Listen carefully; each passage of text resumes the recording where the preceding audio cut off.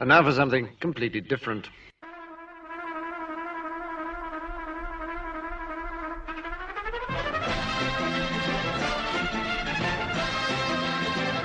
Humans do have an amazing capacity for believing what they choose.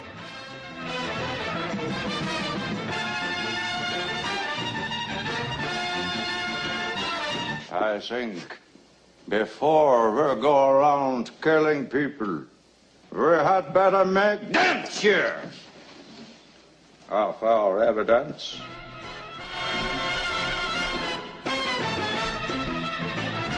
They lied to you. It's time to learn the truth. You can't handle the truth!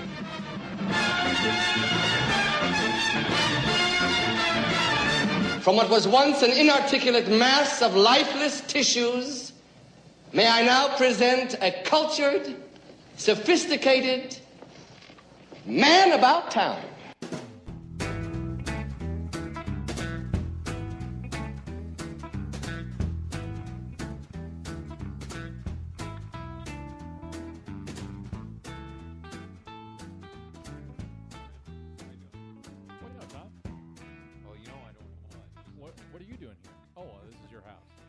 I gotta fix this echo again. There we go. You ready? The old airplane shtick. Yeah. Pinch hitting.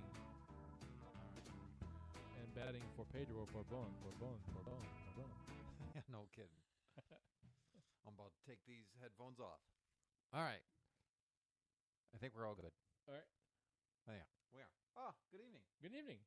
I'm sorry about that. That echo just bugs me when I wear those headphones, and I get that. It's maddening. We fought that for many occasions.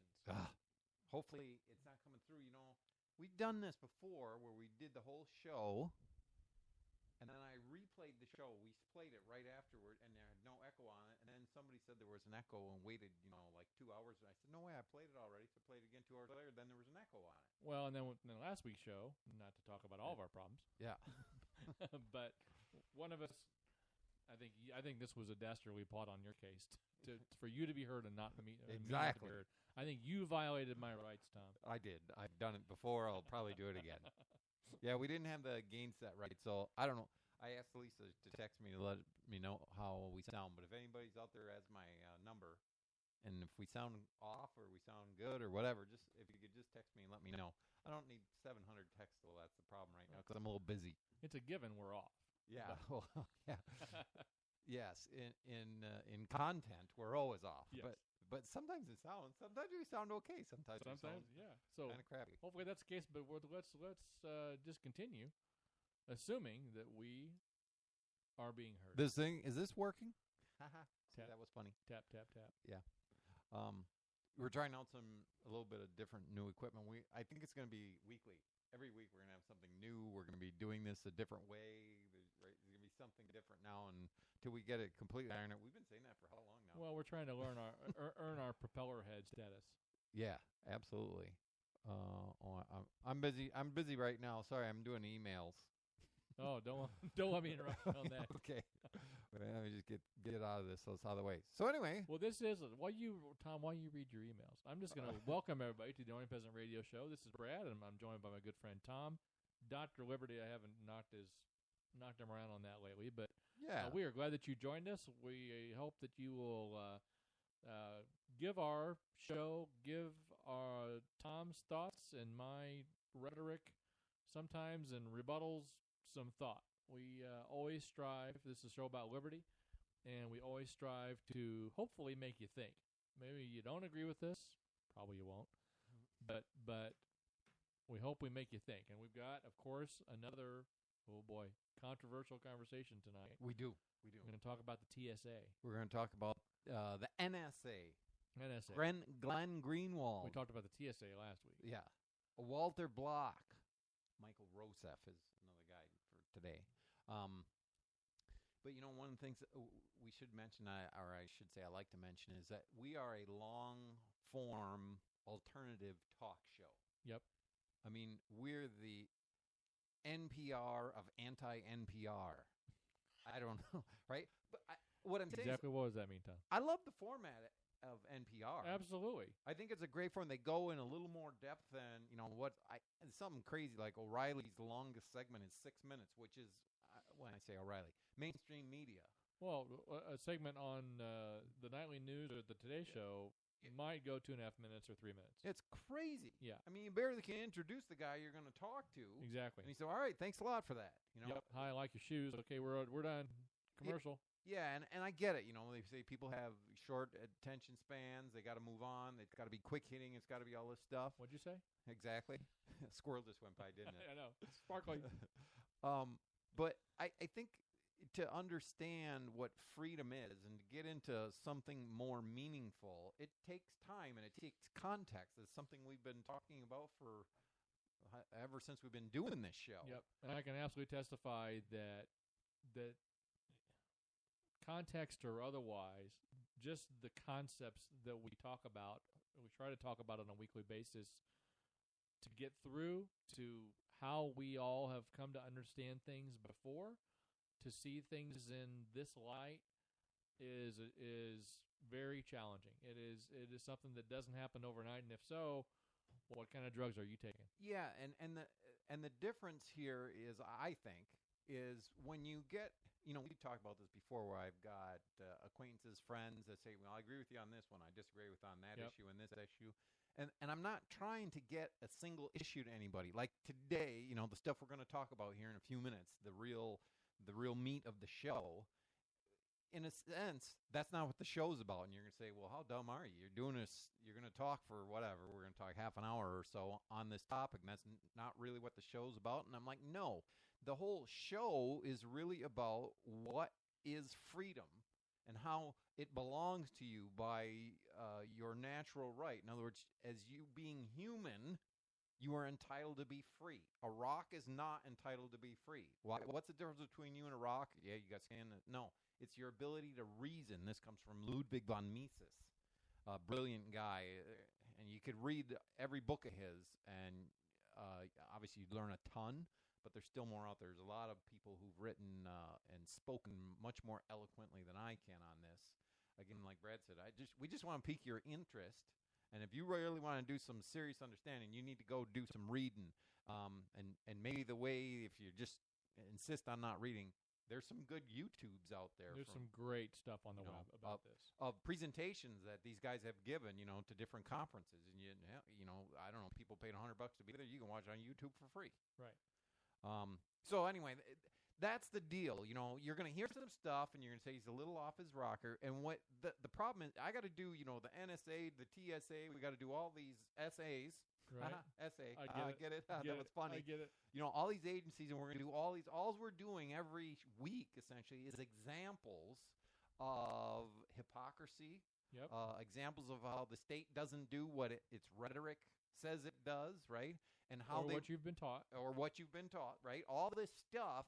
And the point is, in totality, as this starts compounding on itself and building up in context, you go, oh, I get how all the dots are connected now, right? Even though I could tell you straight out how they're connected, it doesn't sink in. At least for me, it didn't. I've gone through this story. If hey, I basically was a year in transition, and I got to tell you about this wedding I was at last Friday night. Anyways, because I explained this very story. I said, hey, I'm reading, and I'm going, yeah, here's another one of these professors who's, he's never done anything but teach, so he's really not been out in the real world, and he doesn't really get how things really work.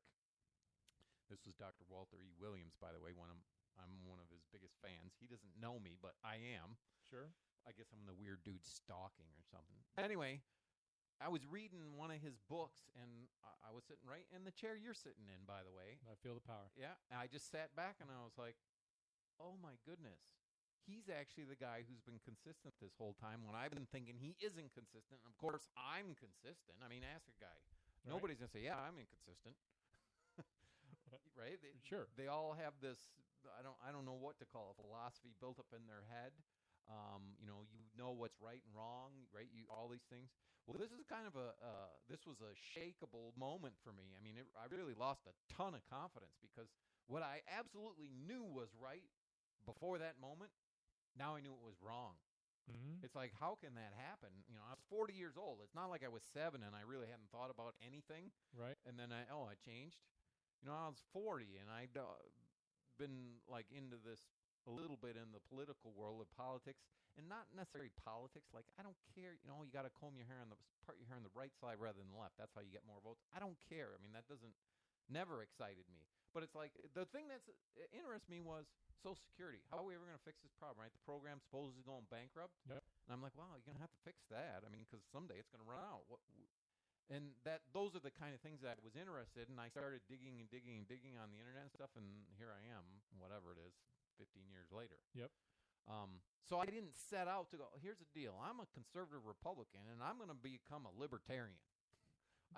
There was no plan to do this. Sure. Right? And of course, I heard of libertarians, and they're whack. You know, they're inconsistent. They're all over the map.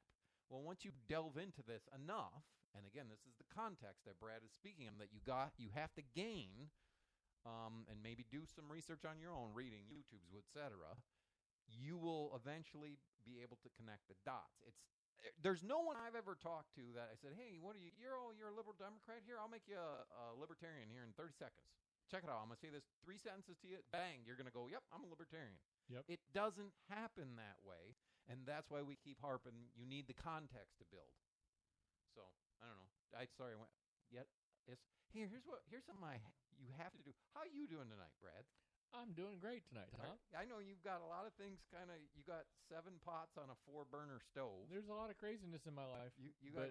But it's okay. But see, you don't realize what just happened here. What happened here is I set you up. Oh, good. You're supposed to ask me how I'm feeling. Okay, Tom. Oh, this is going to be great because you aren't going to be able to hear this because you don't have headphones. Oh, well. Okay, we'll do it anyway. No, it's cool.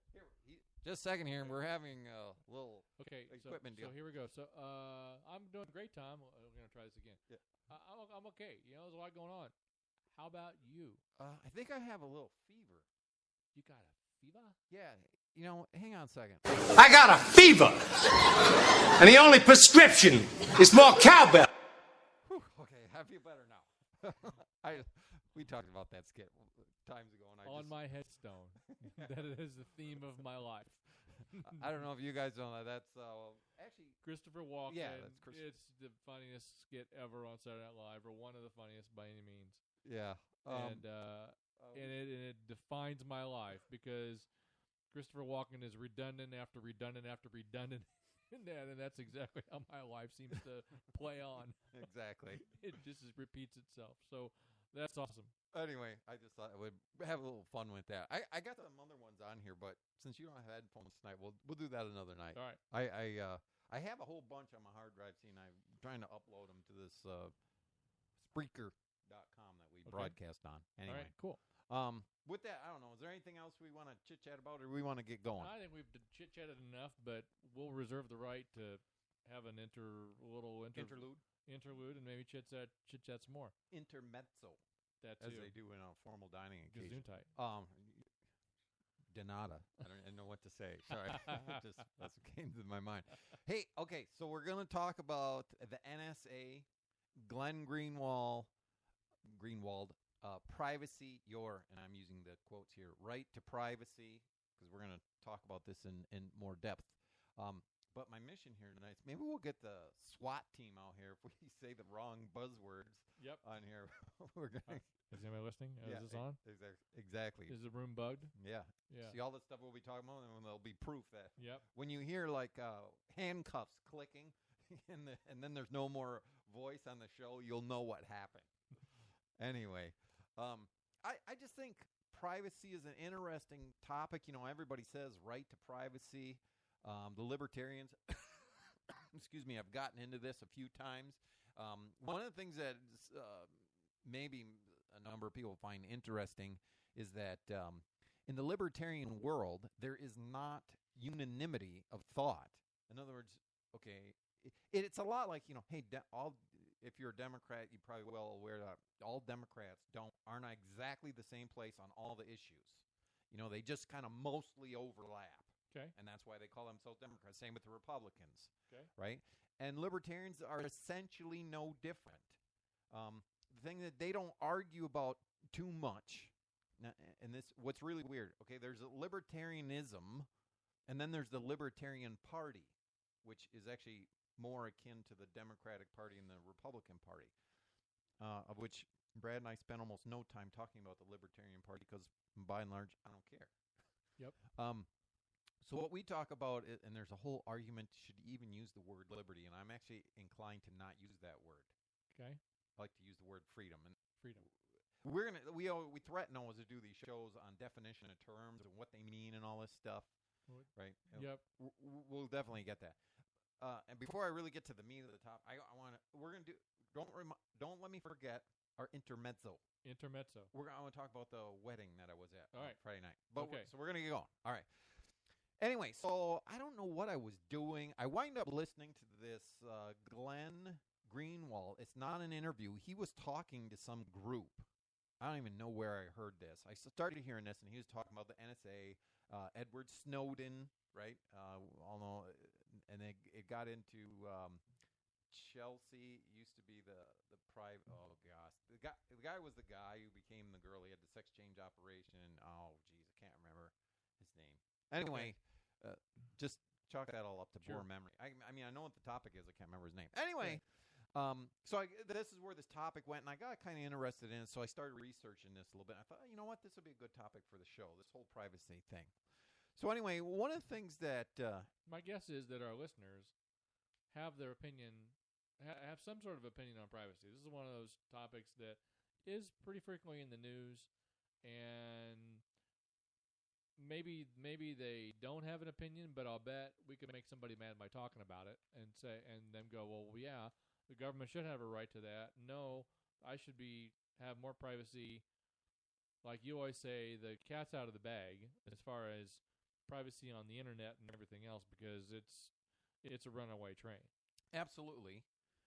And I think you're quite right that if you ask 10 people, do they know, should they have a right to privacy? What is it? They'll give you a definition. They'll say, yes, I have a right to privacy, and here's what it is. Yep. But I got a feeling that all 10 of those will not be the same. Probably In other not. words, none of the 10 of them, I think. Some of them might be close. Yep. But they will not be the same. And that's partly what we do on this show is, and it's like I allude to it, we define terms so you kind of know what we're talking about when we use these words going forward. But I would argue most people support that we have a right to privacy. And I like to use that in air quotes. Anyway, because we're going to get deeper in that in a second. But, and then many people say, they look at it as, hey, you got your privacy that you have to balance with security, right? Now, if we need more security, we need to give up a little bit of our privacy to get that more security, and vice versa, right? And the basic argument is kind of like, hey, if you don't have security, who gives a crap if you got a right to privacy? Well, and I think over the course of my lifetime, and we're about the same age, or we are the same age, is I've seen the pendulum swing. I've seen the pendulum swing toward hey, we should have more privacy, and because of all these things, and we should have less privacy, because there's concern, there's threats, there's whatever. Time of war. That's right. Right? Then all privacy crap goes out the window. And you're right. You've seen this in the past, even in the United States. And again, I'm no historian, so I'm not going to bring these up in the proper context or order. But what happened to the Japanese in World War II? Right? They all got interned. No, not all of them, but most of them in California out west. For sure. Right? Because of the way they looked, I think. Where they're from, their heritage, what have you. Right. And so, hey, you guys could be conspiring with the enemy here, so we got to lock People you guys like up. you bombed us. So what happened to their privacy rights? Yes. Right? And then at some point later they were released. Yep. I don't know if that's actually the right word. Just whatever, let go. Anyway, the point is this happens in ebbs and flows based on, people like to say it's I got something here. National emergency. Ebola got me, by the way. Oh, watch out. Yeah. National emergencies, and if you read a little Robert Higgs ratchet effect, I think he's on the right track there. It's just kind of, it keeps ratcheting up. But anyway, so I'm listening to this Glenn Greenwald. Again, it's not an interview. It's him speaking to some crowd. I think it was in Hong Kong or after he just got back from Hong Kong. Anyway, he says, he talks about people sacrificing privacy for security. And when people say, yeah, we have to sacrifice some privacy for security. When they say we, they mean, all of us. So if I think we need to sacrifice some of our privacy, I'm not just saying I should sacrifice some of my privacy. And actually, probably mostly people mean you should sacrifice some privacy for our security. Right. That's a good trade. It's like you do the sacrificing, I gain the benefit. I think that's a good deal right sure there. It is. Right. Right? And that's what most people I think mean on a lot of these social topics. Basically you do the sacrifice and I gain the benefit. That's how we work this deal. Yep. Anyway, so Glenn Greenwald, he talks about this and he says, many people say to me, hey, if you're not engaged in wrongdoing, what's the big deal? There's no fear to the state intruding on you, right? I'm not doing anything wrong. So, A, they're probably not going to bother me. And B, if they start looking into me, they're just going to give up on me in short order because I'm not doing anything, right? Mm-hmm. But the one thing in this talk that Glenn Greenwald gave, he says, what's always interesting? Ask that person, do you happen to have a privacy lock on your bathroom door? Do you close the curtain on your bathroom before you get in the shower? You sit on the pooper, right? Whatever you want. Do you have? Did you really just say that? Yeah, I did. That's the best. That's the best way you could put that. Pooper. Yeah. Okay. Thanks. I always like a compliment, so I'll stop the show for that. I don't care. Yeah. Right. But do you have the 4-digit deal on your iPhone to get in? Do you have passwords on your emails and all this? Do you lock your car when you go in the store? Do you lock your car, right? All this stuff, right? And people say, well, duh, that's just common sense. Well, if you're not doing anything wrong, why don't you just let everybody see it? What's the big deal? Right? Right. And the whole point is, hey, your sexual preference, your, your emotional things you've said to your spouse or your loved ones or something, you might not want everyone to hear, right? I mean, I wouldn't. There's plenty of things. I don't want you to know exactly what my internet history is. Your family's fried chicken recipe. Who knows? Coveted. You can't have that. Right. Man, right? Right. So the whole deal is, if you are the one spouting off, hey, what's a big deal? If you're not doing anything wrong, you got nothing to fear. Well, then why do you have a lock on your door? Interesting thought, Tom. Right? Why do you not share your financial information with me? Why don't you, as you're walking down the street, hey, I got $172,000 in this. Why don't you say that? Why do I need to give a security code to the ATM? Right. Just let everybody have access to it. Right. If you're not doing anything wrong, you have nothing to fear. So that it doesn't prove nor disprove anything. I just think it's interesting, that Glenn Greenwald brought it up. But I just do think it's kind of, see the hypocrisy in this, that... and we're going to get way further into another Greenwald thing that he talks about with the state, and I'm telling you that he's not a libertarian by any stretch. But interesting, I think even in his own 2 sentences, he'll contradict what he said Yes, before. he does. And by the way, this fella is actually, I'm not going to say the right. He's actually went to law school. Mm-hmm. I don't know if he practiced as an attorney, but he's educated on the law. Okay. And I'm like, holy crap. He's contradicting himself in the next sentence. Yep. I don't know if that's a good trait for an attorney, but I'm not an attorney, so what do I know? Right. Anyway, I just thought that was interesting. All I'm doing is reiterating that he points out the hypocrisy in many people who say, hey, you got nothing to fear, don't worry about it. Absolutely. Right? And again, I don't really think they're thinking, I'm going to give up any of my privacy. I'm thinking, you give up your privacy, I get more security. That's kind of the mindset always, I think, on these things. So, anyway, so like we talked in the beginning of the show. Yes, we're setting on course here to talking about the NSA and privacy, and so I think I find this topic interesting as a person learning about liberty from you, and how in this instance.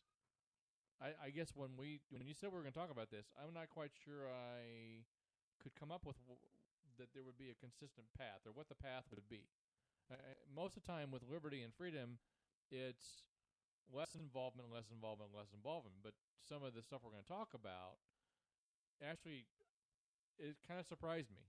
I'll tell you that. Okay. Well, I want you and the audience to weigh whether I've laid this out well and you get the message. Yep. and say what message, and I'm going, I don't really know. I'm going to say the main core message is coming up right here, because I'm gonna cite an article written by Dr. Walter Block, of course, one of my heroes. And on this, we're gonna give you the philosophical basis on this. And I think in the beginning you'll be a little shocked. I'm gonna read a couple paragraphs here because I think, of course, Dr. Block could say this way better than I can. But check this out.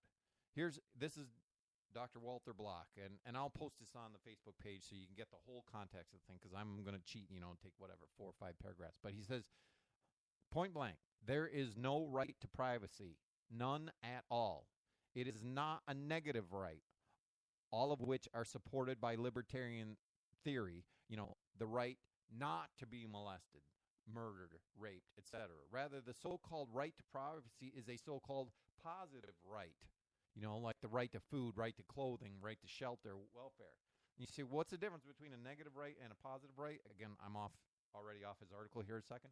The difference is a negative right obligates you, the other guy, Brad in this room, to nothing, right? All he has to do is not murder me. He doesn't have to do anything. He can not murder me by just sitting there breathing. Okay. But if I have a right to health care, now he has to do something. He has to generate wealth so that health care can ultimately be provided to me, whether he goes to medical school and provides the health care to me directly, or he creates wealth and then he's taxed, and that tax money is used to provide my health care. Okay. The bottom line is, a positive right obligates another to do something. See, I call that slavery. I'm not very smart. Okay? And a negative right obligates another to nothing. Okay? And that's the big difference. Anyway, so now that that's clarified, I digress. Sorry. You're saying privacy is a negative right. We're going to get to that in 1 second. Let's see. So it is no right at all, like the right to privacy. Rather, the right, in quotes, to privacy is an aspect of wealth. And you're like, what the heck? As Murray Rothbard said, read Ethics of Liberty, chapter 16. There is only a right to private property, not privacy. I've said this about the right to free speech. And I'm not going to go deep into that, but same deal. Which was where we started with this whole stinking journey you and I have. Okay, go. There is no right to free speech. You only have property rights. Anyway, back to Dr. Block's writing. Now, you got to follow me, and you slow me down if I go too fast, Brad. It might, however, be charged that Smith does not have the right to print such a statement because Jones has a right to privacy, right? I'm going to print the statement about somebody else, which Smith does not have the right to violate. But is there really such a right to privacy? How can there be? How can there be a right to prevent Smith by force from disseminating knowledge which he possesses? So I know you like to go in the bathtub with rubber duckies, but you don't want me to let people know this. Right? Quiet, Tom. Nobody's listening anyway, Brad. Don't worry. Okay. So now here's the deal. I say to you, Brad, hey, the things I could say right now. I know. See, I'm going to keep talking so he can't get on. The deal is, right, he doesn't want me to disclose that he likes to bathe with rubber duckies. So what is he going to... The only way for him to stop me, not the only way, but a way is to say, hey, basically I'm going to forcibly stop you. So you're going to have to use force, right? So that would be a violation of my property right. So you're stuck. You can't. There's almost nothing you do. The only thing you could do is, what's the right word? It's not blackmail, extortion. It's, you could offer me money. Okay. Tom, I'll give you $500 to keep your big yapper shut. I could bribe you. Right. And what we would do is, again, I've digressed quite a bit. Make a contract. And if I do blab, and you can show an impartial third party that I blabbed, all it is a breach of contract. Okay. Right. We had a contract for Tom to keep his big yapper shut, and look he didn't. So I'm not paying you. Not only you're not paying me, you're going to sue me for your money back. Okay. And damages. Okay. Right? So it's a breach. It becomes a breach of contract is that whole deal. But, okay, back to his deal. So he says, how can there be a right to privacy? How can there be a right to prevent Smith by force from disseminating knowledge which he possesses? Okay, I have the knowledge. I could say it, right? Surely there can be no such right. Smith owns his own body and therefore has the property right to own the knowledge he has inside his head, which in this case I'm Smith, including his knowledge about Jones. Jones is Brad. and therefore he has the corollary right to print, disseminate that knowledge in any way, shape, form I want to, right? In short, as in the case of the human right to free speech, there is no such thing as a right to privacy except the right to protect one's property from invasion, right? All he's saying is you could use defensive force, you can't use aggression. The only right to privacy is the right to protect one's property from being invaded by someone else. In brief, no one has the right to burglarize, I guess. He's using the word burglar. I'm not familiar with that. Someone else's home, or to wiretap someone's phone lines, right? Wiretapping is a property crime, not because of some vague and woolly invasion of a right to privacy, but because there's an invasion of the property right of the person being wiretapped, right? And again, I don't know how the whole wiretapping works. I got to put a gizmo on your phone, then I'd have to trespass in your house to do it. Okay. And maybe you can do it electronically. One more quick paragraph on this, and then one statement at the end. The government, of course, has no right to invade our privacy since it has no rights at all. If you really think about it. Now, again, they've created some rights, but that's a little different story. It should not exist, the state he's talking about, period. It is an illegitimate institution since it initiates violence against innocent people. Therefore, it can have no right to do anything. Anything. The state has no right to privacy either because it's illegitimate institution. And this for two reasons. First, it has no rights of any kind since it is an illicit institution. Therefore, it cannot have any privacy rights. Second, even it did have some rights, it could not possibly have a right to privacy since there is and can be no such thing, right? Because we just talked about that. As a corollary, we need pay no attention to its secret classifications apart from, of course, from pragmatic or Alex has turned up the volume. All right, pump up the jam.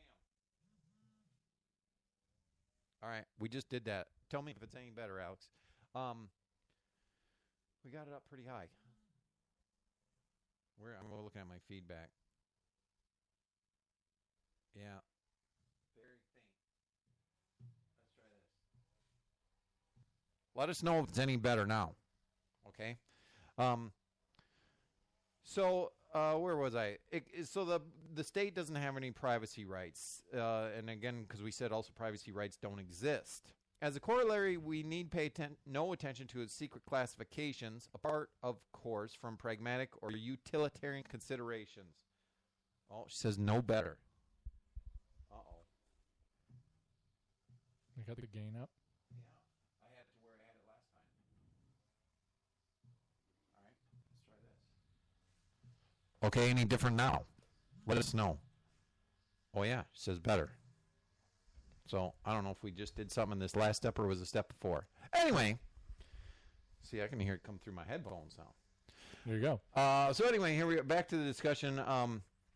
Edward Snowden's personal life has been threatened by these criminals. Again, Walter Block referring to the state, right? This evil institution still has a lot of power, but it has a matter of deontology. We are free to ignore status secret classifications.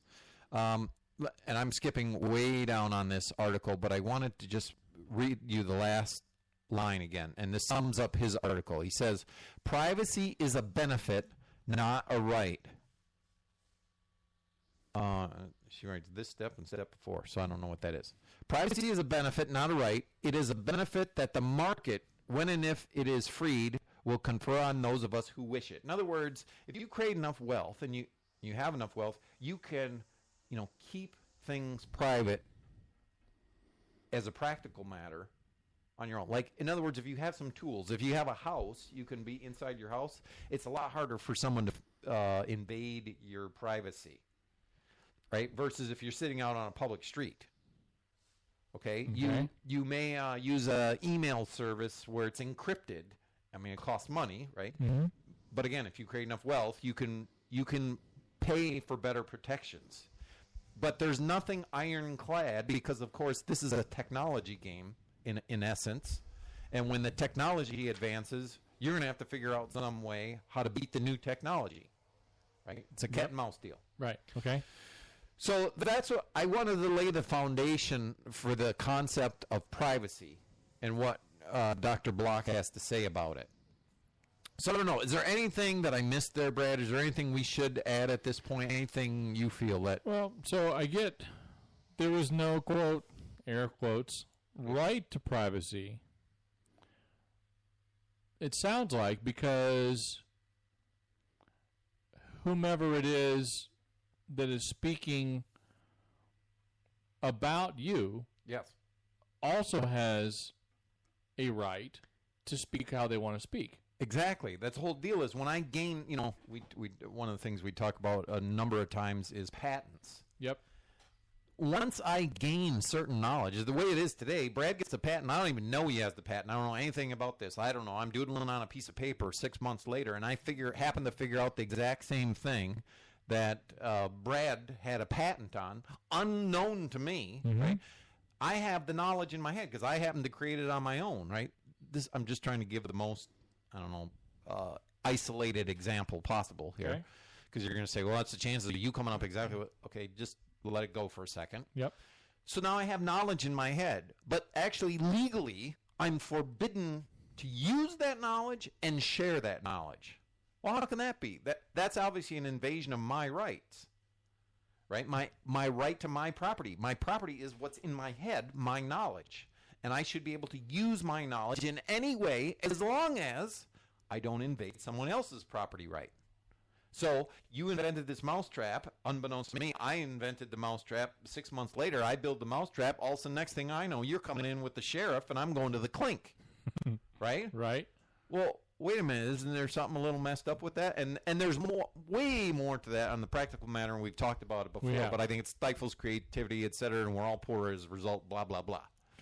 Okay? So the bottom line is if I have knowledge, I should be able to use the knowledge any way I see fit as long as I don't violate someone else's property right. Okay, that's the rub on this, I think, that most people don't really see. Yep, and that's like, to me, it's going beyond just the surface.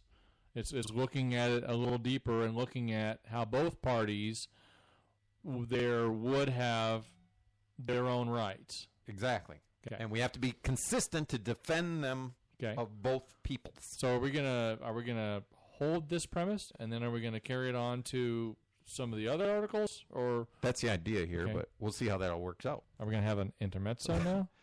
By the last Sunday, not this last Sunday, the Sunday before, I had an intermezzo while I was having this meal, and it was watermelon balls. wait for it. Sprayed with vodka and a little Hawaiian pepper on there. And see, the mistake was, especially for my wife, it couldn't have been sprayed. You got to soak it in vodka. That would make it right. Right. Anyway, that was my intermezzo. Well, that's. Do we all feel enlightened now, or what? Yeah, no, and we all kind of feel kind of isolated now, Tom.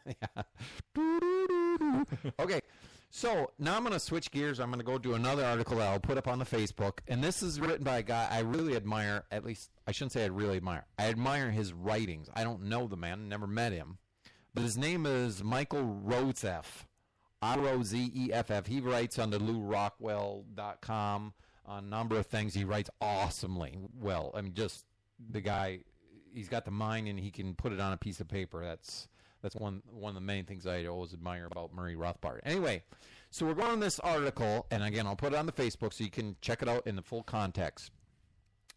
But what this is Michael Rozeff is condemning Murray Rothbard. He thinks Rothbard has made an error.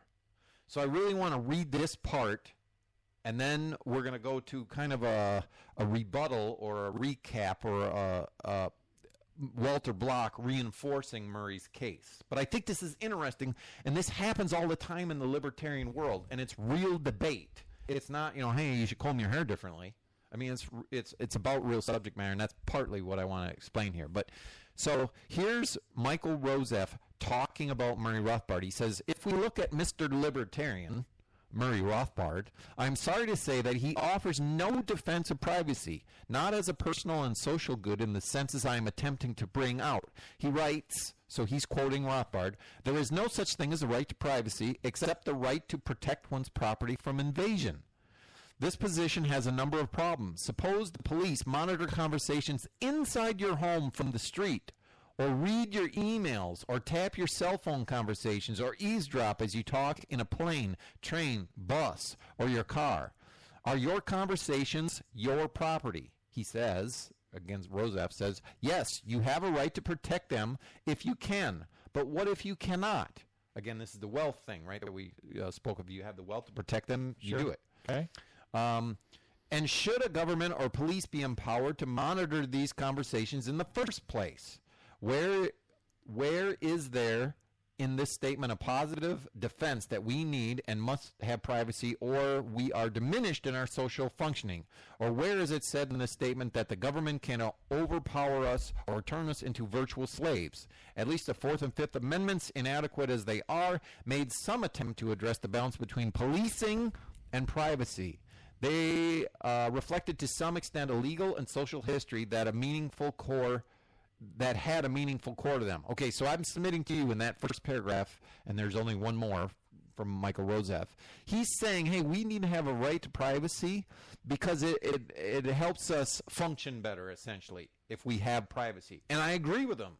You do function better, because part of the argument is, I'm going to say, you function differently when you know you're being watched. Just the fact of knowing, even if I can assure you, Brad, I'm not going to do anything with, my knowledge of your rubber ducky in the tub deal. I'm not going to tell anybody. But you may feel uncomfortable about being in the tub with your rubber ducky just because you know I'm going to be watching you, right?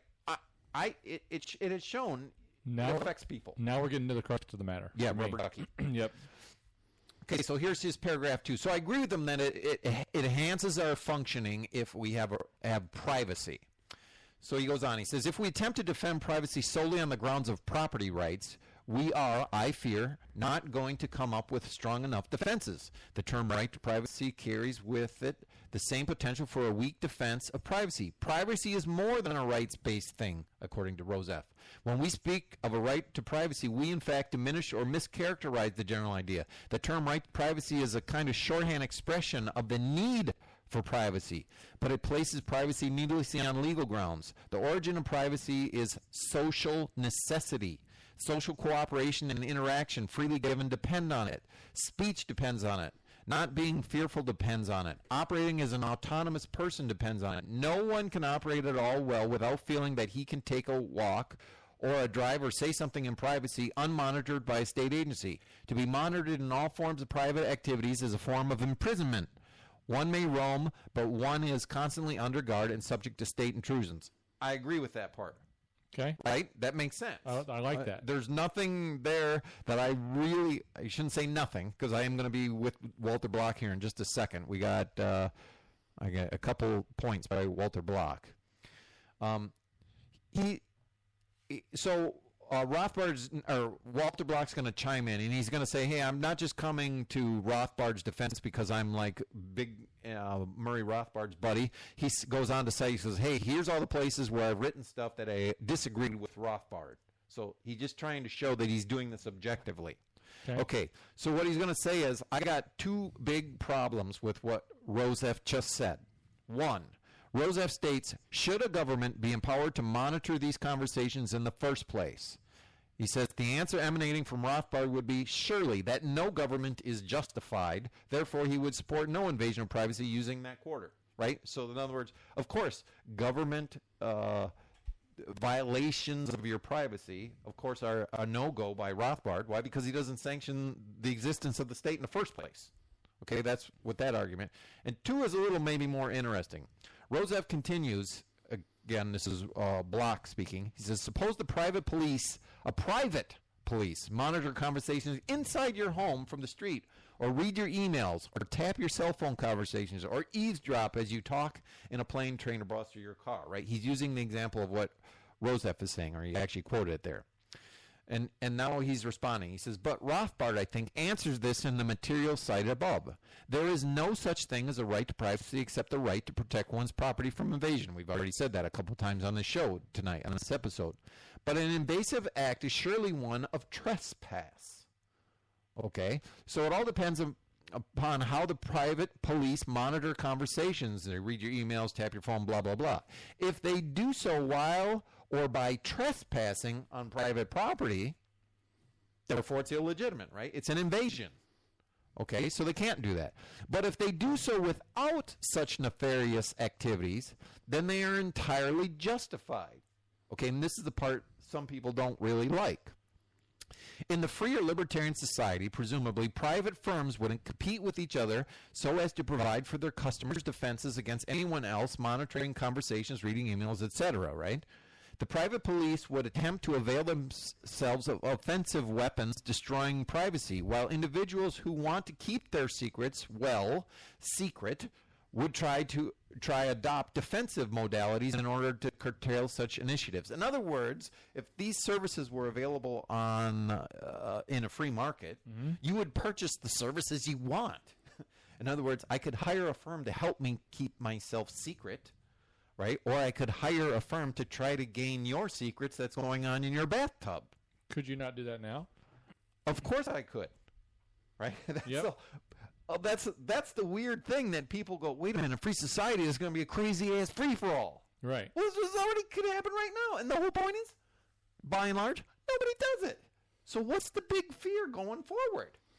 But the difference is that the existence of the state that has all this power wouldn't exist. Yes.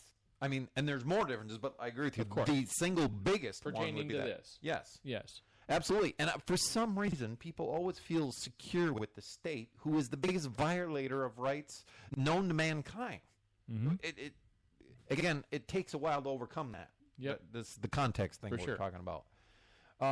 Rose F. asks, are your conversations your property? Rothbard and I, being Walter Block, say clearly not. If someone overhears your loud-mouthed conversation, you should have no recourse to the law. If you speak quietly and someone else listens in on you with advanced technological equipment, your only proper option would be to purchase a noise machine to make life difficult for your eavesdropper. The lover of liberty would wish the best of luck to both sides and or stay strictly neutral on this issue, right? You get it? So if you really want to spend the time, money, and either hire a company or buy the equipment and try to monitor it, I can work to combat that. I create a noise machine. I do whatever to block your technology. And here we have this ever-escalating war over freaking nothing. My Brad and his rubber duckies. Okay. Okay. I'm going to skip part of this. There's this is, well, actually what he's talking about here is, of course, there's no right to privacy. Let's say we're walking down the street, and I happen to have, I don't know, a piece of toilet paper hanging from my shoe, and people see this. Do I have a right to privacy that people can't disclose this to someone else and embarrass me now? If that would be the case, that, hey, we do have this right to privacy even as we walk down the sidewalk, how are you going to, you're going to see stuff, and then you're going to have to try to erase it out of your head so it doesn't slip out later, right? That I saw this, I witnessed this, I smelled this, I heard this, right? You almost have to go down the street with your eyes closed because you don't want to see something that you're like kind of not supposed to see. It's a crazy notion. That's the whole point. People don't understand that, hey, basically, we're all out there, okay? And if someone wants to be, I'll call them nosy. It's not illegal.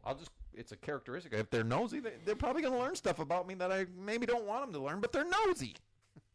That's just what nosy, that's why nosy people are nosy, because they want to learn that stuff. Okay. Okay, so that's basically, a little bit of, I just want to bring up a little controversy, that exists within the libertarian group there. And these guys, Rosef Block is maybe a little further along in his thinking or more advanced. Still interesting that these two guys are basically debating. By the way, I saw a retort from Rosef on Block's commentary, and he basically said, I don't want to go tit for tat. I don't think anybody learns anything. So, how about pancakes? You're entitled to your opinion. I'm entitled to mine. And he said, later I'll maybe recreate my whole argument and present it in another paper, but I'm not going to go, what about this, what about that, and point by point. Okay. So part of my point is here, this is how mature people debate, and they do it vigorously. By the way, look on those YouTubes. You'll see some of these debates. I'll never forget one between Gary North and Walter Block, man. And it starts off, it's kind of friendly. I'm like, oh, this will be kind of interesting, and we'll learn something. They go for the jugular right away. It's serious debate. It's interesting. So anyway, with that, okay, so we kind of laid the foundation that, hey, in a free society, there is no such thing as a right to privacy. We say, yes, it's a thing you can use your wealth to help hold close to you, but there's no iron lock thing that keeps everything private that I want kept private. And again... And there's no entitlement to that. There's no entitlement to that. But again, a lot of those same techniques that we just, hey, I got a really big glass that I can sit on the street and hear Brad's house. That technology is available today, but I don't, my street's not jammed with people standing there, outside their cars with a big glass listening to what's happening in my house. The point is just, by and large, it just doesn't happen. And I know you say, well, you got to protect people in the weird case it happens. That's the whole point. There is no right to privacy. They have to protect themselves. Yep. By technology. Combat it in any way you can, as long as you don't aggress against another person. So I got to bring this up because I'm ODing. It's a drug. That's a drug joke. Yes. I'm ODing right now on. I'm in whatever spare time I have, even my insomniac nights. I've been catching up on Walter White and Breaking Bad. Yes. And so one of the more recent episodes I watched is they got into, and it maybe I'm going to allude to the next story a little bit, and that's they, of course, doing search and whatever to searches for alleged illegal drugs or whatever. Crack houses. Yep.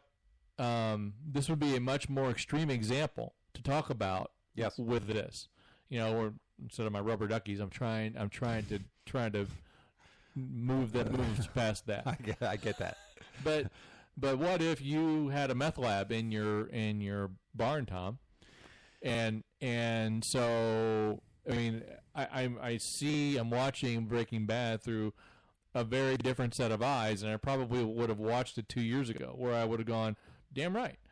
The government ought to have every single right to just go in wherever they want and do whatever they want based on any, even not existent, probable cause. That raises a whole number of issues and in I'm my probably off in the ditch. But it brings this, I think, in a more intense, maybe a more tangible light. Yes, and we'll talk more about Breaking Bad and the whole thing, that I got the meth lab there. And once again, I'm not advocating let's all smoke up, let's all snort up, whatever. I'm just saying I find that there are so many similarities to the rights that are violated with the meth lab. Yes. And I'm not saying these guys that are right doing it, but I'm saying you can see the long arm of the law very clearly in how they have seemingly every jurisdiction or many to run wild. They will stop at no lengths. Yep.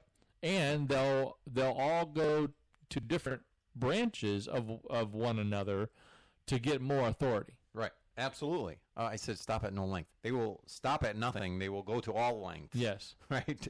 To do that. And the whole point is, it's just a recipe for more rights to be violated. Like, it's a power grab on their part, and then what happens more?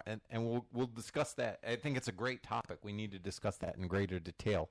Again, for newer listeners, you gotta hang with us. Okay, you're saying, well, what are you doing now? You're advocating for meth labs. No, and a new listener could go, wow, wait a minute, I went from rubber duckies to meth labs. Should have been. He was better off with the rubber duckies, wasn't he? But I'm also trying to draw some dichotomies here. Absolutely. And some commonalities. I mean, both sides of my mouth. Absolutely.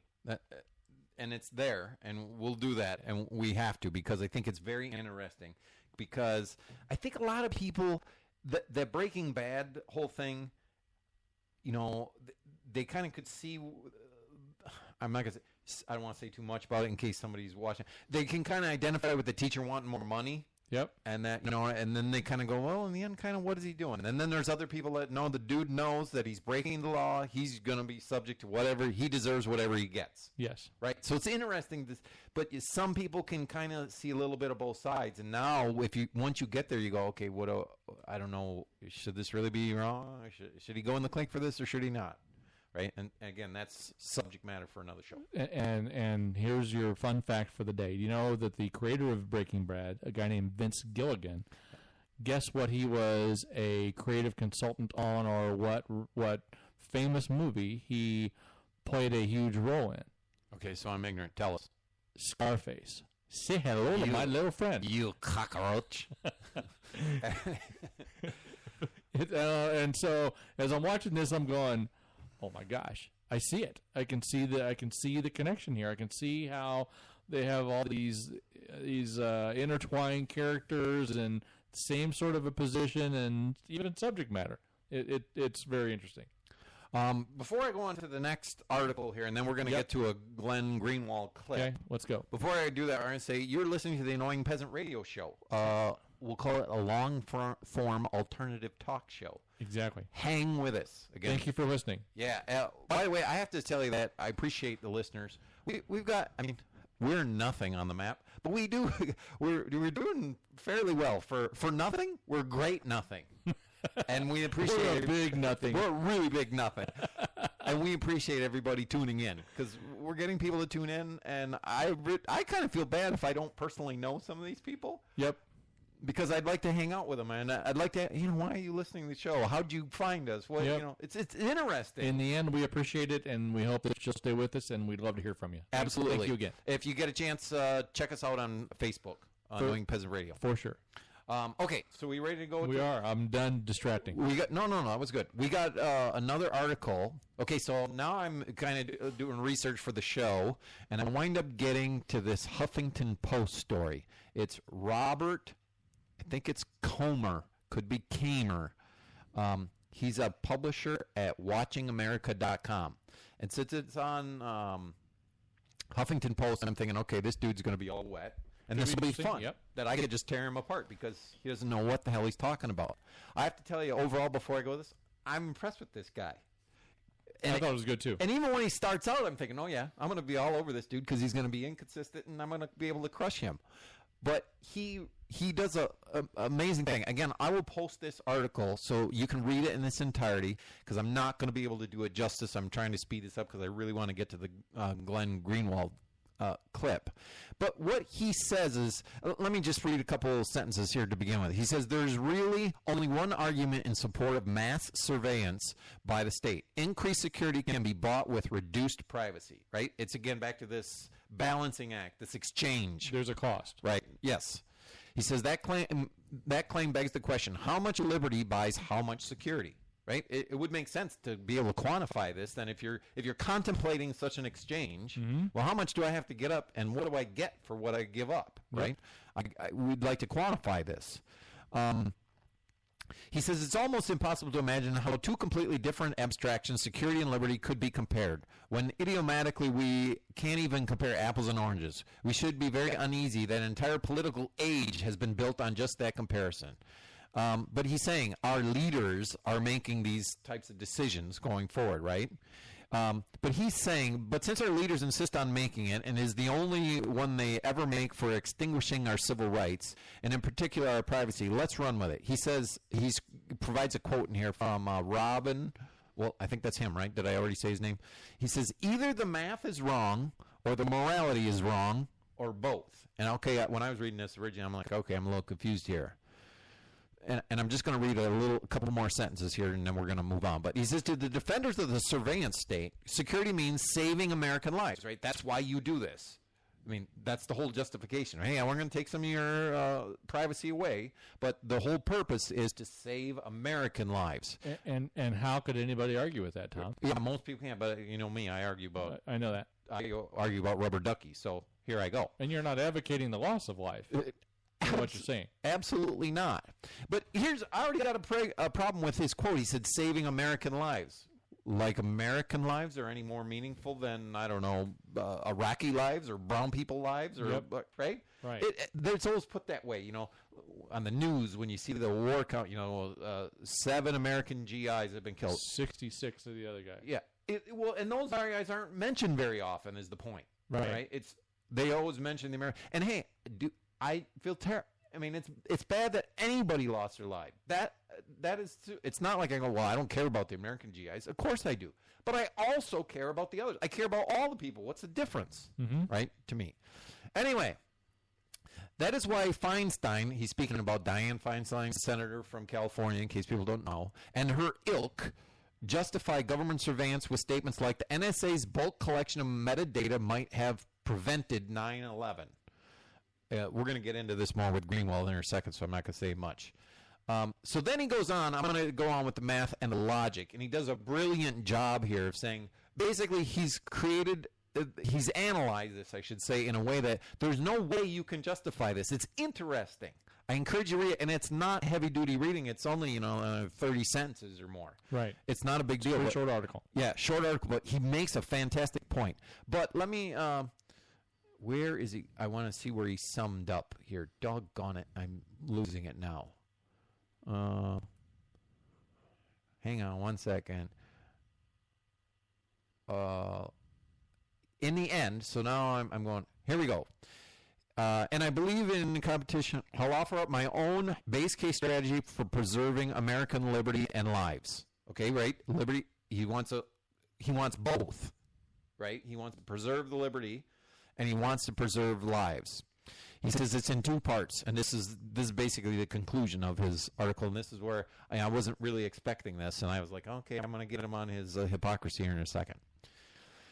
Here goes. He says, 1.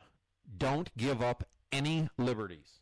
Now, some people are freaking out. It's like, well, of course, you idiot. You got to give up some in order to be security. But give them a chance here. And I'm right on board with the guy. Don't give up any liberties. 2, don't put any Americans in harm's way. Now, some people say, wait a minute. If you don't give up liberties, you will put people in harm's way. I would assert not true, but I get what the common notion is. Well, certainly it doesn't have to be true. Exactly. He says, now, I am aware that this kind of extremist politics may not keep all Americans safe in a utopia of liberty. After all, 9/11 happened. But I do know that if you don't give up any of your liberty, then you will still have all of your liberty. Right? Makes sense. I'm definitely going to beat Feinstein and Obama on logic. That was in parentheses. And that making others feel secure does more for one's own security than doing the opposite. Right? So I'm going to say that sentence again without the parentheses. But I do know that if you don't give up any of your liberties, then you will still have all your liberty, and that making others feel secure does more for one's own security than doing the opposite. So true. He says, perhaps I'm wrong, and if I am, the NSA will be the people to prove it. After all, they're the guys with all the data. And this is interesting. I want to say, there was a quote in there I talked about with Feinstein, and 9/11 wouldn't have happened if they had all this information. Right. Keep that in the back of your head, because I want you to keep that in mind as we go to this Glenn Greenwald discussion. And I would add now that even if they had all the information, would they be looking for it? Would they be looking in the right place? Would they be connecting all the dots? That's one of the many problems with all this, and we're going to get into this, but we'll go over it right now. Once you're collecting this metadata, yep, right, you have reams of data, and reams is a poor word because you got a lot more than that. Yep. Well, when you have all this data, how do you sift through it to find the stuff that's what you're looking for versus what you're not looking for? How do you know what you're looking for? Right. You can't find it, and Greenwald is going to assert that they had the information, but the point is they had so much information they couldn't get to the stuff that was important to prevent 9/11. And is that not one of the arguments to have all the information? Because even though we don't know what we're going to be looking for, if we need to go look for it, we need all this data. Exactly, but it's also, coming from the crazy side that I'm on, that's the argument for not having it. You have all the information, and you couldn't stop the stuff. So why should you have the information? And there's a much bigger argument than that, but that's just one of them. Sure. It's like, well, wait a minute. If you took all my information, you took everybody's information, and you still can't prevent it, well, what's the point of taking the information then? Because you said you got to have the information to save lives. The point is you're not saving lives. Exactly. Right? So I'm saying, all right, you're out. Doesn't work. Okay, so now I'm going to play this. This whole thing is like 7.5 minutes, this clip. Now, so this is a chunk from an NPR morning edition dated May 14th, 2014. And I'm only going to play parts of it. And I'm trying to skim down here to let you know. And I think at the beginning, I'm not going to be able to avoid playing like 17 seconds that I don't want to play. So if I would have just shut up and played it, it'd be over. So I'm going to try to start here at minute or at 16 seconds. And I don't know if it's going to go. Hang on. Yeah, we're gonna roll. So we're gonna go for like it's gonna wind up being like 45 seconds. There you go. I'm already talking over it. with a purchase at shop.npr.org. More documents become public this week on the operations of the National Security Agency. They will be published tomorrow in a book by Glenn Greenwald. He's one of the journalists who received classified material from contractor Edward Snowden. Greenwald calls his book No Place to Hide. You know, nobody disputes that the NSA can be and should be trying to read the emails of Osama bin Laden and his collaborators. But the surveillance has gone so far beyond that. That motives, which are difficult to discern, I think are less important than the mere fact that this system has been built without our knowledge, that has incredible dangers embedded within it and very... Okay. So what he says there is that nobody is against the NSA's right to read the emails of bin Laden, etc. I would make the case against the state being able to do that based on what Walter Block had said that we talked about earlier. I don't think the state has the right to exist. It's an illicit institution to begin with, so it doesn't have the right to do anything, okay? Now you say, well, wait a minute, okay, so if you get rid of the state, now nobody's doing it? Well, that's not necessarily so either. It's a long story. Again, it takes a lot of context here, but the point is it still could be done. And then you're saying, wait a minute, if we're doing it now and you object to it, I hate to use those pronouns, right? And you say in a private law society, a free society, it may still be done, but you got no problem with it. Yes, you understand that correctly. And you're just saying, what's the difference? It's still being done. The difference is it's being done privately versus being done from an illicit institution. And that's just one of the differences, okay? Okay. So, and you'd say, well, on what basis in a free society would you be able to do this? What? Well, on the basis that if I had a credible threat, right, then I might be able to do it legally. When I say legally, again, private law, Brad with his rubber duckies, I go to an impartial third party and I say, hey, I want to be able to trespass on Brad's property. I want to put a video camera in his bathroom so I can watch him with the rubber duckies. And they say, well, what reason is, I'm saying, okay, I have to come forward and say, well, the reason is Brad has threatened me on numerous occasions. I have to present that material and show that. I can't just say it, right? Or if I do, I have a very weak case. And they go, how? Okay, to see how real this threat is, or to see that Brad is acting on it, do you actually need to be videoing him doing the rubber ducky bath? If they say yes, well, then they might give the authority to do that. Now, they'll do so at some risk. Because if it finds out that this was all an elaborate ruse and I duped them into this, they'll have culpability in this. Because this arbitration entity, we've talked about this before, it's called a DRO, long story, Dispute Resolution Organization, vertically integrated, blah, blah. We have to let it go at that for now. They'll have culpability if they make the wrong decision here, right? And you say, there's another, and you go, well, okay, so what? Well, here's the difference. If I do that today through the court system as we know it, right, and the court does, in fact, make the wrong decision, and I can survey Brad, right, and it turns out that there's no connection to what I had said, and he never made any threat, right, and they ruled wrong, there's no culpability by the court, right? If this right. Oh, guess we shouldn't have done that. Okay. Hey, wait a minute. We just violated Brad's right to privacy, but all of a sudden now the court doesn't care about your right to privacy because it was the court who did it, right? Right. But if it's a private entity, they might get put out of business, right? That's the end of the story for them because they have culpability.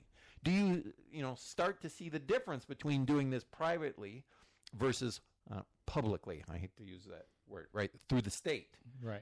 And that's just two of them. There's many differences.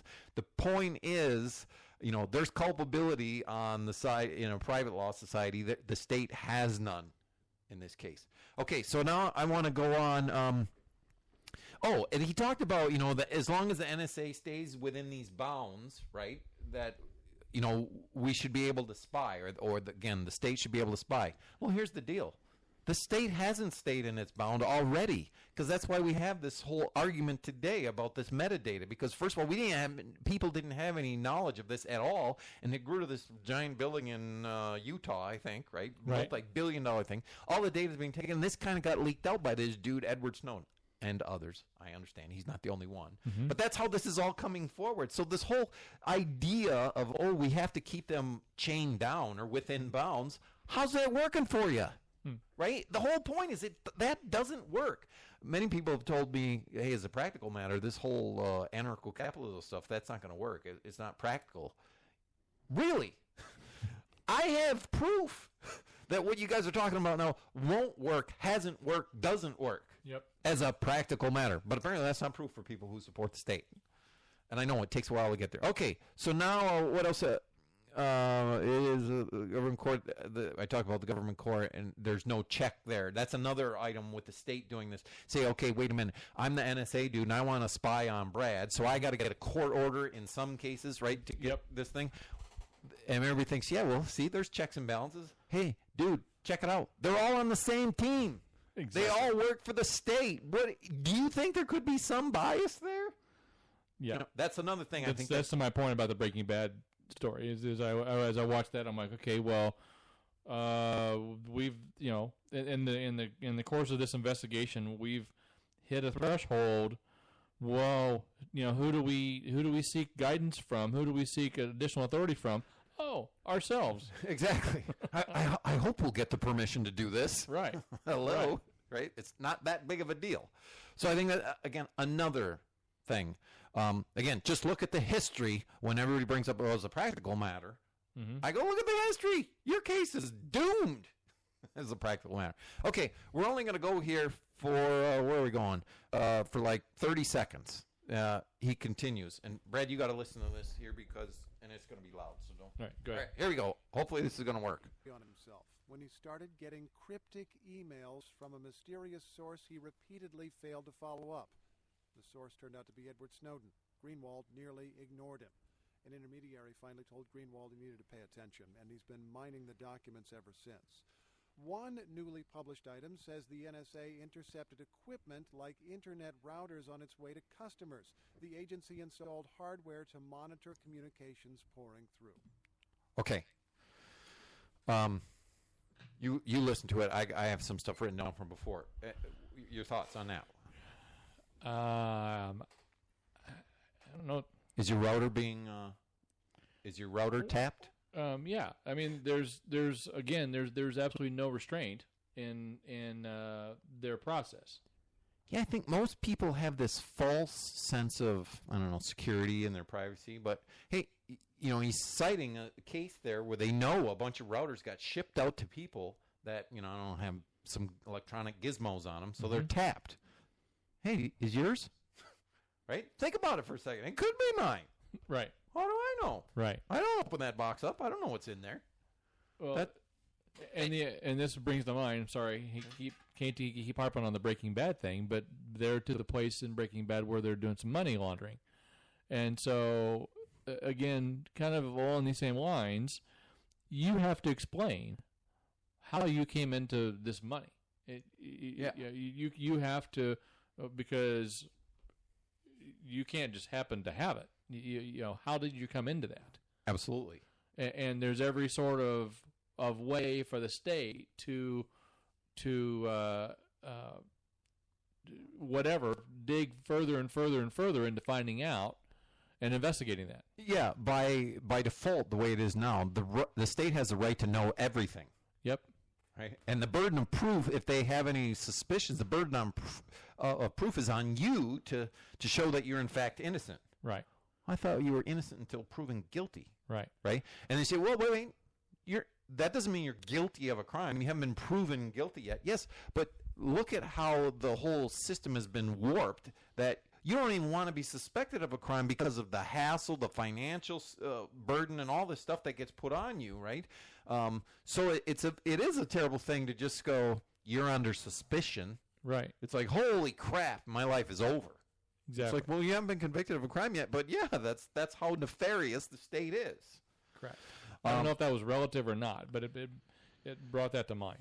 Okay, so what I do this one, anyway, I just wanted to bring this a little closer to home, the people to know that, hey, your router is one that could in fact be tapped. Okay, so we're going to go for about 3 minutes here on the next segment, so here we go. Snowden's acts and his flight to Hong Kong, then Russia, were hugely controversial, but U.S. officials have now conceded the need for change. And that raises a practical question we put to Greenwald. What kind of intelligence agencies we should have in a dangerous world? So let's talk about what kind of reform you would consider meaningful. And I don't mean tweaking the rules in some way, which is what seems to be discussed now, but suppose you had an opportunity to get in a room with people and talk about U.S. intelligence agency or intelligence community that went after genuine bad guys, because you've acknowledged there are such people, while protecting people's privacy. What powers would you give that agency, and where would you draw the line as to what powers to deny it? I think a great starting point for that question is what always used to happen prior to 9/11, which is that the premise of the eavesdropping regime was that the U.S. government had all sorts of legitimate interest to eavesdrop on foreigners as well as Americans, but that history has proven that that power will be abused unless they first go to a court and get specific permission to target a particular individual because they've been able to present evidence that that person is somebody doing something that merits scrutiny. That system of individualized warrants and of specific judicial permission was enough for us to defend ourselves against the Soviet Union and all of its various appendages, against terrorist groups. That, to me, is really the fundamental question is, should we have a government that is monitoring and collecting and storing information about not individuals where there's evidence to believe they're engaged in wrongdoing, but entire populations who are guilty of nothing, and essentially suspicionless surveillance. And that, to me, is the key line. And if we return to that regime where the government can only read our emails or listen to our phone calls if they convince a court that we're doing something wrong that warrants surveillance, that would go a very long way, I think, toward balancing the need for security with the need for privacy. Well, let me make sure I understand clearly what you're talking about, because when you say going back to the Cold War system, under the Cold War system, it's true that an American citizen, or a U.S. person as it's called, could not be surveilled upon without a warrant from a special court, at least in the latter part of the Cold War. But the rest of the world was essentially fair game. Are you saying that those rules would then be acceptable going forward for the United States as far as you're concerned? Well, even in under the FISA regime, the old FISA regime, and during the Cold War, if the U.S. government wanted to target a foreign target, they did need a warrant, actually, if that person was then going to talk to an American citizen. But you're right that they were fair game. But the difference was that back then the capabilities were such that it was very limited surveillance that was permitted. What has changed now is the capability is so much greater because all of our communications are centralized on the internet and much more easily invaded. And so I do think we need much tighter restrictions on the ability of the U.S. government even to target foreign nationals, and should have to convince a court, probably with a lesser standard than for Americans, that there's a legitimate foreign surveillance or foreign intelligence rationale that is justifying. Okay. Hopefully. A lot there. Yeah, there was a lot there. There's a ton in that segment. Again, it was a 3-minute segment. Anything you wanted to chew on there before I get going? I guess I would add and build a case to who's going to regulate the regulators. Right. We have to rule the rulers. Yes. Why don't we just skip the rulers in the first place? And it started out by saying we need a change. He's advocating change. Yes. And who's going to determine what we change, how we change? Yeah. If I could interject, I think he's saying the line is, hey, it's cool for us to spy on foreigners, foreign governments, foreign people, right? Is it cool? That's what I get from him. Okay, he's saying, right? What you can't do is just collect this metadata. So you're collecting data from everybody. Well, they're not a lot of those people, the vast majority of them, are under no suspicion of anything, right? So he's saying it's okay if you're suspicious. Yes. But what is suspicious? Here's the problem, right? Because he basically went back to, well, I can't remember what he said, but before World War II Cold War deal, the way we did it is you got a court order, right? You had to go to the court, and they said, yeah, you could basically spy on that dude. I'm oversimplifying, of course. Right. But as we just talked about before, is that system doesn't work because that's how we got here. So I'm in Walmart, and I go down the aisle, and I glance, in any way, you fill in any any verb or any adverb of how I might glance over at the rubber ducky rack. There he is again. And someone observes me, the surveillance cameras in Walmart or whatever notice my glance, and to somebody somewhere that's in the rulers, they go, wait a minute.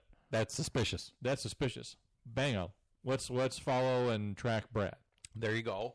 And then to how diligently we're going to track him, I might need a court order to, I don't know, get the video camera. But so now it's okay because in someone's eyes, it was suspicious. I was suspicious. Exactly. I might have been looking at the price going, that's too much. And the whole, I'm still, for Glenn Greenwald, he's saying, hey, you just can't spy on innocent people. We have to figure out which guys are suspicious, and then it's totally legit to spy on them. And this is one of the themes that we have, sorry to interrupt, but this is one of the themes we have about the state, Tom, is the subjectivity of all of these, or many, yes, and contradictions of all these rules, laws, governing entities. Absolutely. And he says, so if you do this, right, if you just spy on the people who need to be spied on, then everything's copacetic. Everything's good. But the problem we all ought to do that. That system doesn't work. Look again at the history. Mm-hmm. If that was he said, that's the way it was by World War II or in the Cold War, etc. But that's not what's happening anymore. It goes back to where we started. It is we corralled the people that looked like the guys that bombed us in Pearl Harbor because they were suspicious by their race, their descent, by their culture. Yes. Right? Okay, so I'm assuming that basically Greenwald's saying he's okay with that because those guys are very suspicious. Right. Right? And I'm saying I'm not okay with that. And I'm not, who cares what Tom's okay with? The show's not about me. The point is, in a free society, you would not be able to do that. And think about it. Look at the bad consequences. Everybody looks at the good consequences. Good, bad, I don't like using those words, but I'm a simpleton, so I'm using them at the moment. Okay? You think, okay, wait a minute. There could have been, again, we're going back to the World War II Japanese internment deal. There could have been some of them that were actually bad, and they got interned, and they couldn't do bad things against the United States because they were interned. Yep. Justified. It could have happened. Right. Exactly. That's why they're justifying on the basis that it could have actually worked. Yep. Okay, I'm saying you can't lock somebody up because of that. And you know what? It's easy for you to say when you're an Irishman, you're a German, you're an Italian guy, because you didn't get locked up and you weren't even close to getting locked up. Yep. But what if the story was I'm German and they're locking up the Krauts? All of a sudden it's a big deal, right? Well, what if tomorrow that they pass a law that says that they're going to put all the 53-year-old gray-haired guys? There we go. Then and it tends to be a really big deal for the 53-year-old gray-haired guys, but for the other people, that's not that big of a deal. I still go to work. You don't make my money, do a thing, right? Right. So the point is, people tend to discount this when it happens to someone else. Yes. And George Carlin and a lot of people, even my buddy Russell Brand says, it's like no big deal to kill brown people. It's really not a big deal. Yeah. I mean, ask Madeleine Albright. We've gone through there quite a few times, right? Yep. It's crazy. It's like, if you look at it this way, in the Madeleine Albright thing and the brown people thing, you go, well, here's the facts, Tom, you idiot. You don't understand anything. There's been no terrorist attack on U.S. soil since 9/11, so it's working. Yep. You don't know that there was going to be an attack anyway. Second of all, any attack, I would argue, has been instigated or the groundwork has been laid by the state. In other words, 500,000 innocent people, by the U.S. government's own admission, have been killed in Iraq in the Iraq War, right? Innocent people. Do you not think some of their survivors are a little pissed off at the United States? I mean, could you not get that? And I'm not saying, therefore, they will come kill us. I'm just saying you're creating this bad aura over there. And when it happens, what's going to happen from the citizenry and the state? We got to go kill those people over there again. Mm-hmm. And, eye for an eye. Yeah. But you know what? It's so easy for those same people to see that Israel...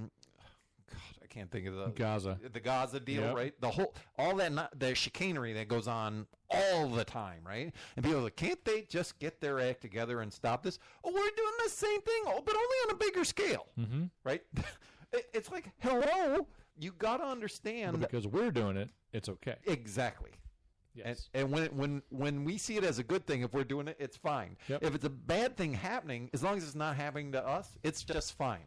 And that theme carries on with all of the laws that get passed. As long as it doesn't affect me and it doesn't bother me, it's okay with that. Yeah, and by the way, when it does, when they say I can't put a generator here at the side of my house, well, I'm going to go in there and bitch at them, and I'm going to fight, and I'm going to try to wiggle my way out of it. But everybody else, you suckers cannot have generators. Hey, I had my generator before that law started. That's right, so I'm okay. I can run mine 24 hours a day even though I don't need it. Yep. Right? And I'm going to take the muffler off. It's just a way to enforce someone's will and their authority. They use the long arm of the law to do it. I can have power over you. That's what this is all about. It wipes out prosperity in this country. We'd be much wealthier. I know I'm going way off on this. That's a big skip. But it's interesting how people have tunnel vision. They're so self-centered, right? You have to think about this in a broader perspective.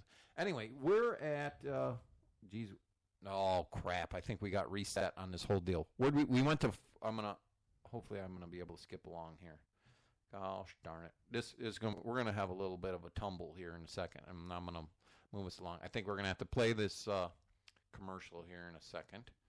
I think I have to get through More the commercial. documents become public this week Oh no! on the Here we go. operations of All the right, now I'm going to National move us Security along. Agency. This is going to be really fun because even I'm trying to. Where were we? They're not supposed to be able to just spy Whoop, and do whatever they back want up as long the as truck they're here. foreigners. That there's a legitimate All right, here we go. foreign surveillance or foreign intelligence rationale that is justifying the surveillance. Help me figure that out a little more, Oh, I because now you're saying I'm going not 540, exactly sorry. Skipped it along. constitutional protections for a German citizen or Otherwise, There you go. where there's legitimate foreign intelligence value to be obtained through the surveillance, they just don't have any oversight to enforce those standards. So I'm not really proposing the existence of limitations where none now exist. I'm simply proposing that if we have those limitations, that they be taken seriously by forcing the NSA to go to an outside independent body and justify the surveillance.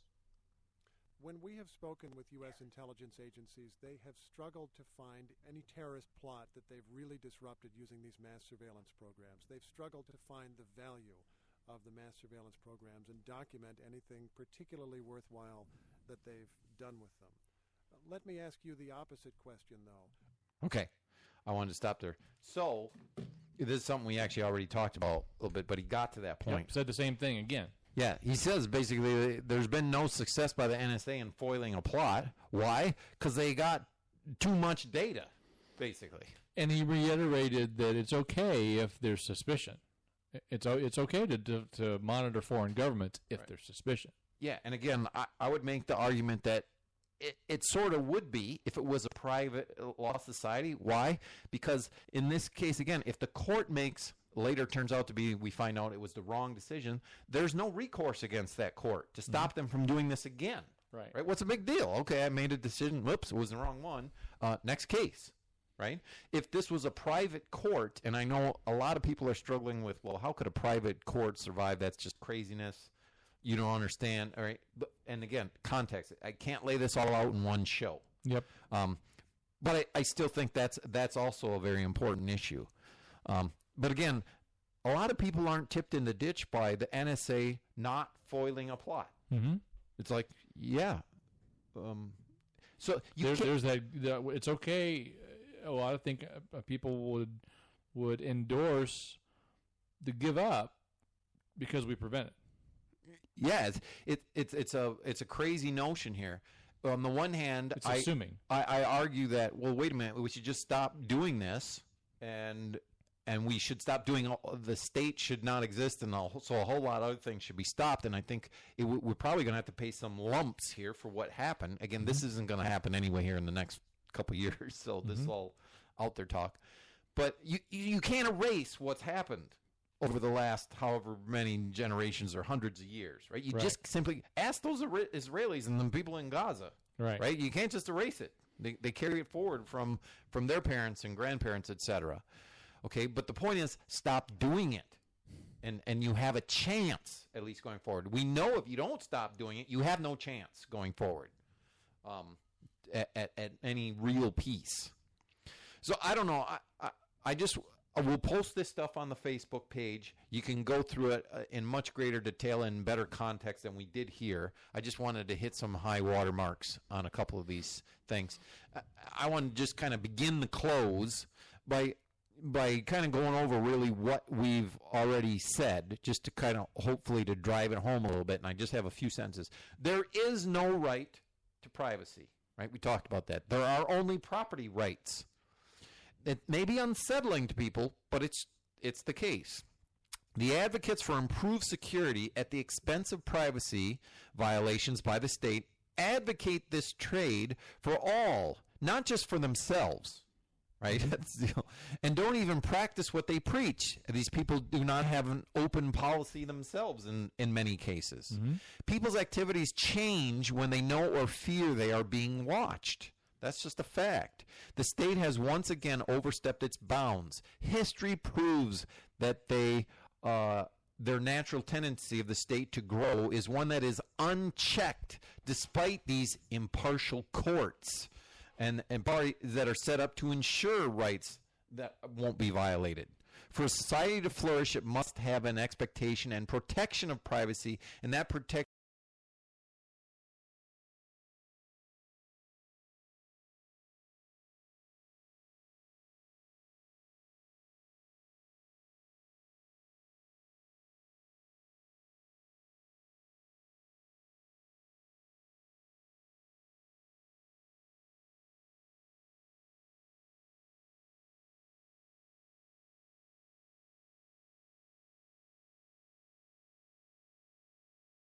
and I get sanctified.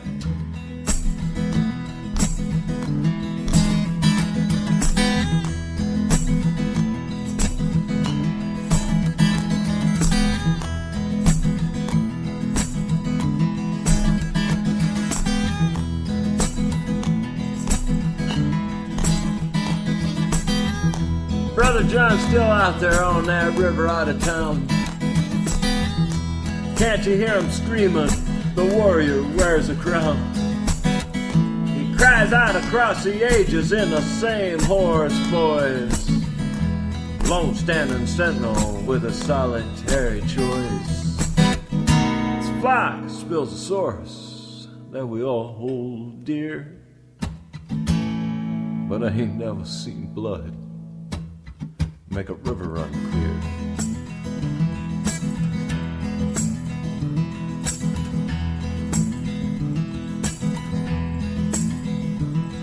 Gonna take it down the Jordan where the current runs lean. The river runs dirty, some things are never clean. There's a man in a camel skin on a bank outside of town. He baptizes some while others sink drown. God blesses some more than others, I hear. But I ain't never seen him in his long gray beard. I said, God blesses some more than others, I hear. But I ain't never seen him in his long gray beard.